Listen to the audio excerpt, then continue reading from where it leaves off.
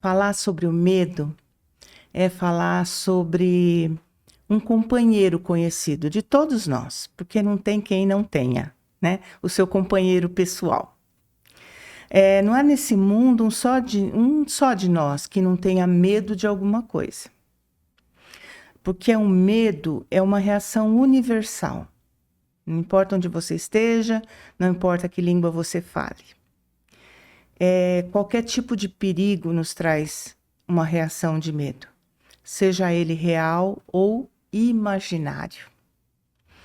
A gente não pode dizer que o medo seja uma sensação ruim, porque o medo nos mantém vivos desde milhões de anos de evolução humana. Desde que o homem é homem, né? Ele está vivo por causa do medo. É o sentimento mais antigo que o ser humano experimentou, é o medo. Porque faz parte do nosso instinto de sobrevivência. A gente vai lembrar dos homens das cavernas e por aí adiante, e vamos perceber que se a gente não tivesse medo, a humanidade não existiria, né? Porque todo perigo faz com que a gente tenha uma reação. No desenrolar da nossa evolução, assim como outros, o medo é um instinto que vem se aperfeiçoando e vai diminuindo de intensidade à medida que a gente vai crescendo intelectualmente. Por quê? Porque a gente consegue analisar mais as coisas. Então, o medo já não é uma coisa tão constante. Hoje a gente consegue analisar a necessidade de a gente de se colocar em alerta diante de situações que a vida apresenta. Se a gente for se comparar com um animal, por exemplo, um animal ele é arisco, ele tem medo o tempo todo, não é? Já nós não, a gente já consegue entender situações que precisam que a gente tenha medo e outras que não. Isso em tese, né? Tem gente que não consegue.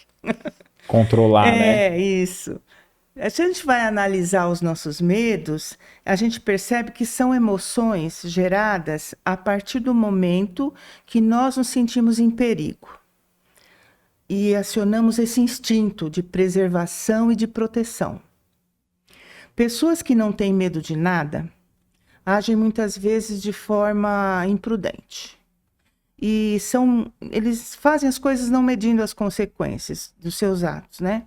Colocando em risco não só a própria vida, mas como a vida de outras pessoas. A gente tem visto isso até na mídia hoje, com bastante frequência, né? Aparentemente, a gente acredita que em algumas coisas são pessoas muito corajosas, que não têm medo de nada, né? Que desafiam, que fazem esportes radicais, sobem montanhas e não sei o quê. Você fala, eu jamais faria isso, né?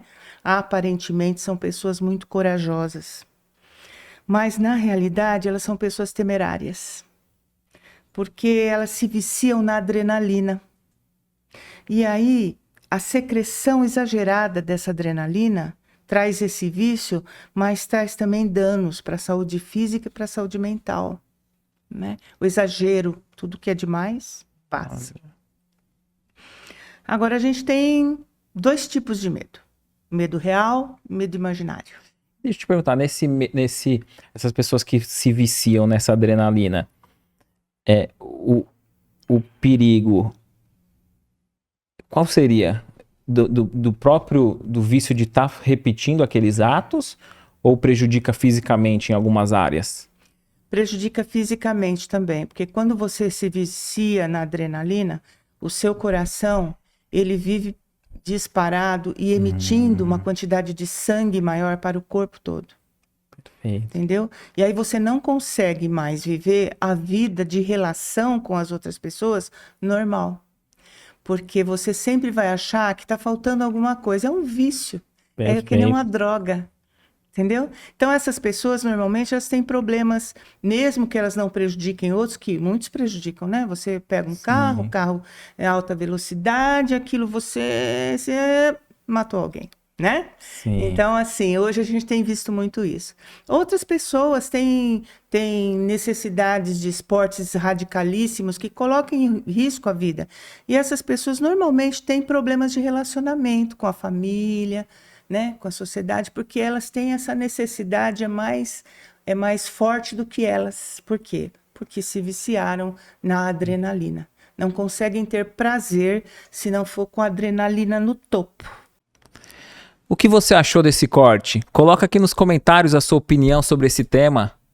Para ver o episódio completo, é só pesquisar Recomeçar Podcast Espírita. E caso tenha ficado alguma dúvida sobre a doutrina espírita, é perfeitamente normal. Procure ler as obras de Allan Kardec.